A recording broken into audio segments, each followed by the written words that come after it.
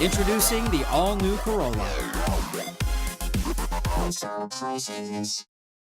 I was the only doctor since November 6, 7, 8, and then the 9. To say that Dr. Gloria Fabregas has seen it all is an understatement. For 96 hours during and in the aftermath of Supertyphoon Haiyan or Yolanda in the Philippines, she was instrumental in the organization of emergency and disaster medicine.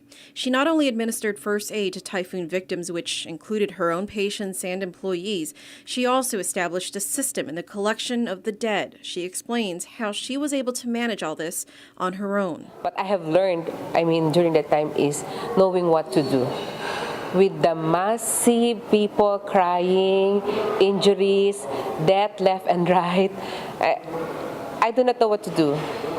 But I think it's very helpful that if you just sit down first and gather your thoughts and write what is the best thing to do. Tomorrow night, she will be making a presentation before the Guam Medical Association to talk about health and emergency medicine, having experienced it herself firsthand. I think I will also share on something on what to do and what not to do in helping during a disaster. So I think on the perspective of health emergency, I will talk on health emergency and on some of the lessons learned, and especially the role of every stakeholder when disaster strikes a particular area. Dr. Fabregas was also among the Philippine doctors who participated in the recent medical missions put together by GMA and St. Luke's Medical Center.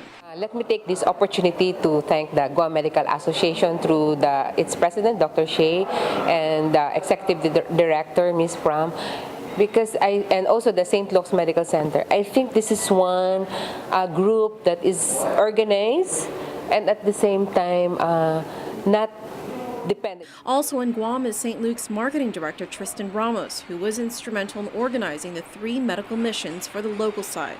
The first mission was in Cebu 2 weeks after the storm, and the second and third missions were both at Ground Zero in Tacloban in January and again in May of this year. Ramos commends the doctors, nurses, and volunteers as he says they exceeded all expectations. Of course, the expectation to the doctors, they will give it all. I have seen it during the second wave of our mission in Cebu. If you could recall the 1,700 patients, oh man, that's something else. And they performed extremely well.